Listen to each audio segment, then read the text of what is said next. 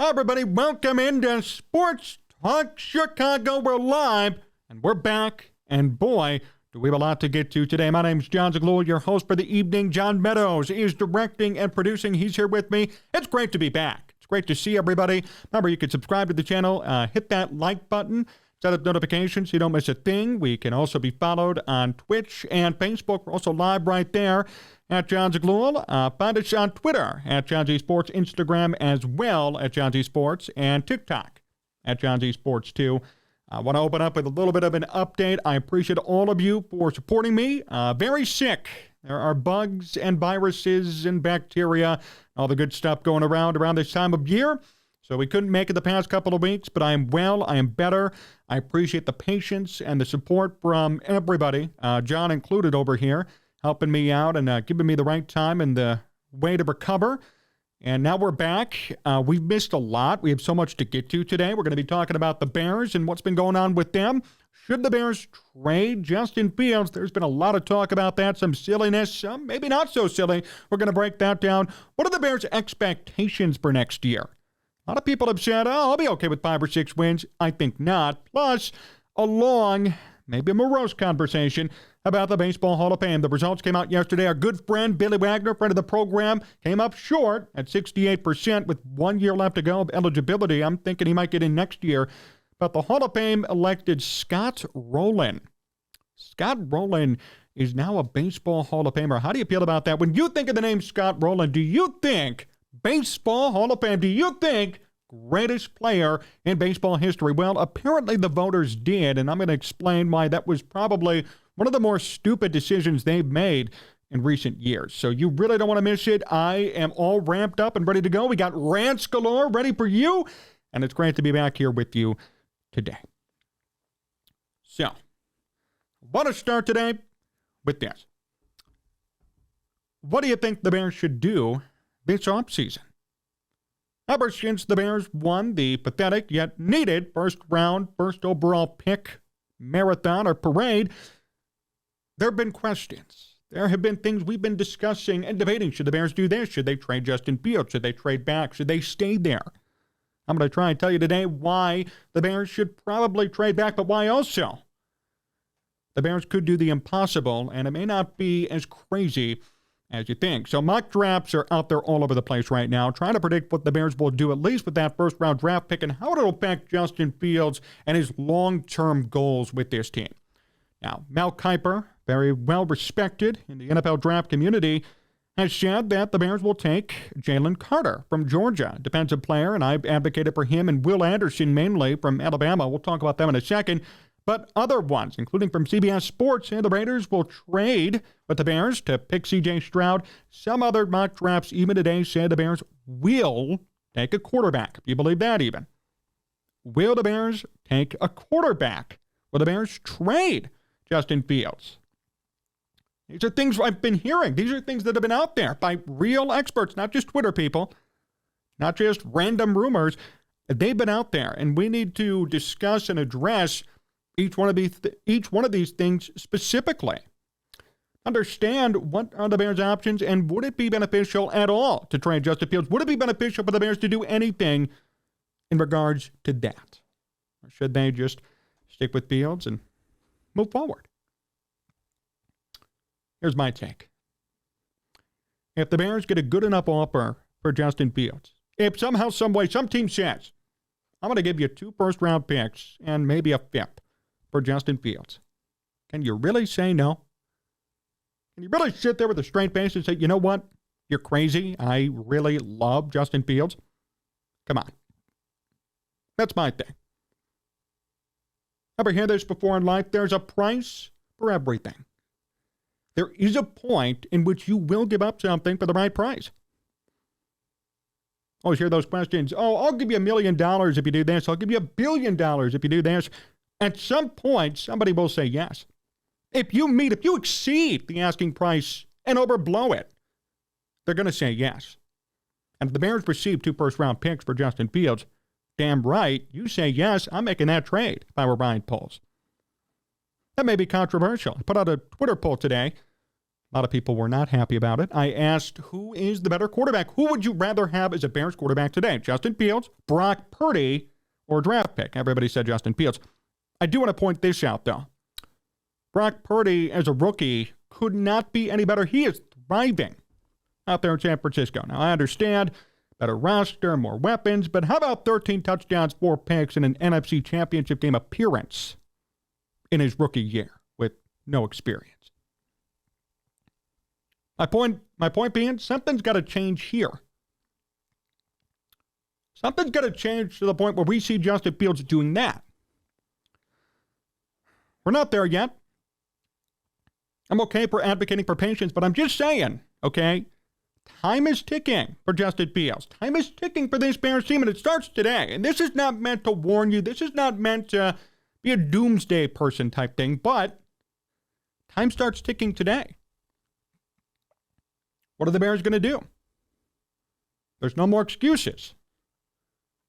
What will they do with this opportunity? What will they do with the first overall pick, $120+ million in cap space, Justin Fields, and potentially even a different quarterback? What will they do? Time starts today. You don't have much time. Better make the most of your opportunity. So it is worth, in some cases, having these conversations. As painful as they might be for some Bears fans, I would just say this: I'm a big fan of winning. I'm not a fan of certain people. I'm a fan of winning. Okay, whatever the Bears have to do to win, that is what I'm going to take. That is what I'm going to do. So whatever is the best opportunity for the Bears to win, that's what I suggest they do. If it's going to be Justin Fields, if he's going to take a big leap in year 3, awesome. Bears should keep him and hold on to him, and things will go well. But if the Bears receive a big offer for Fields and they could draft somebody, I say yes. If they don't believe Justin Fields could be the guy, I say, well, you might want to move on from him. The Bears have to advocate for winning this offseason, and that's the goal. So when you ask me, should the Bears trade Justin Fields, my response will always be, what's the price? What's the asking price? What are you willing to give me for Justin Fields? That's all I'm saying. And if it's 2 first-round picks or more, you pull the trigger right away. Now, there are other needs the Bears have this offseason besides worrying or being concerned about quarterback. Bears have no edge rush. The Bears may not have a running back. Cole Kmet is in his last year contract-wise. Oh, and by the way, you might need a linebacker, and you certainly need wide receivers. Told this to one of my friends a couple of weeks ago. You know it's bad in Chicago when Simba Webster enters Week 16 as your number 1 on the depth chart. You need wide receivers, too. The Bears have money to spend. That's nice. How will they allocate it is another question.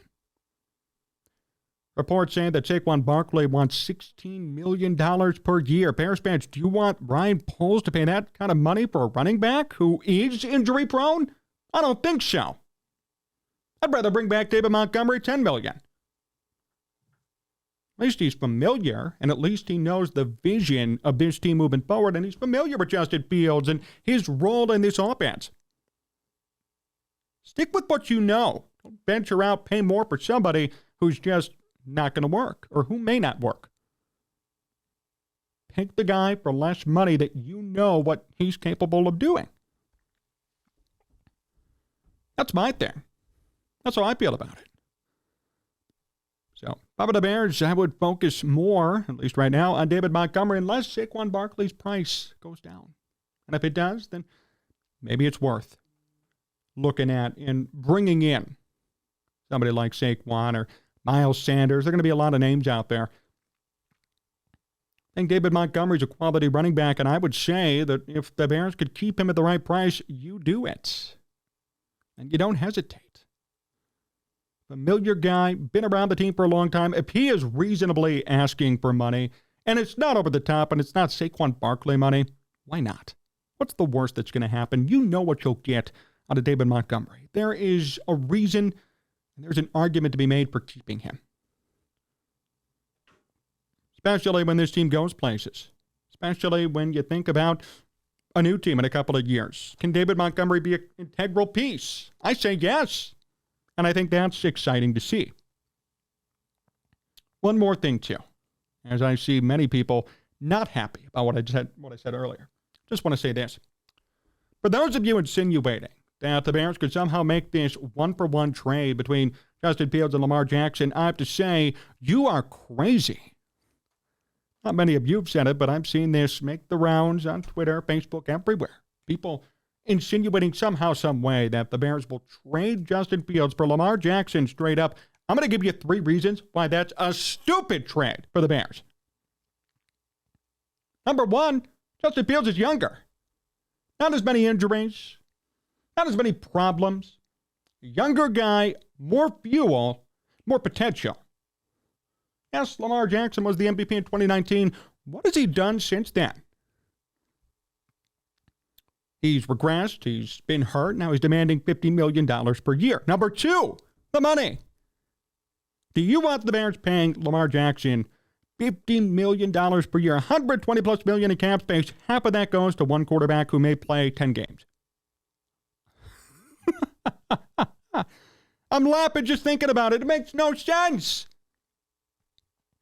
No sense. And number 3, we don't even know how Lamar will do in this system. We have no idea. It's built for Justin Fields right now. And you could say that they're similar players, but we don't know what Lamar's going to do. And I'll tell you what, if Luke Getsy runs Lamar Jackson as much as he ran Justin Fields, Lamar's going to play 5 games before he's hurt and done for the season. And he's hurt right now. Fields isn't hurt. Fields is healthy. There's reason number 4. I just gave you 4 reasons why that trade would make no sense for anybody. So Bears fans, please, I ask you, as you evaluate these Twitter GMs and what they plan on saying, show them this clip, show them this video, tell them why, the 4 reasons why it would make no sense for the Bears to do a one-for-one Lamar Jackson for Justin Fields trade, and why those talks should just be shut down. It makes no sense to do any of that. Not for the Bears and not even for the Ravens, really. I mean, the Ravens would be the winners of that trade. And that's not controversial to say. You could sit here and say, oh, well, the record and career. Yes, well, you know what? Lamar Jackson, as of late, since 2020, has been nothing special. 2021, 16 touchdowns, 13 picks. Even Justin Fields had a better year this year than that. He did. 17-11. So Justin Fields actually recently has even outperformed Lamar Jackson. And Ravens fans don't want to hear it, but show me where I'm wrong. Look at the numbers these past 2 years. Look at this year head-to-head. Or compare 2021 Lamar to 2022 Fields. Fields is the better QB. And Fields is younger. And has more time to develop. And has a team right now that is catering to him.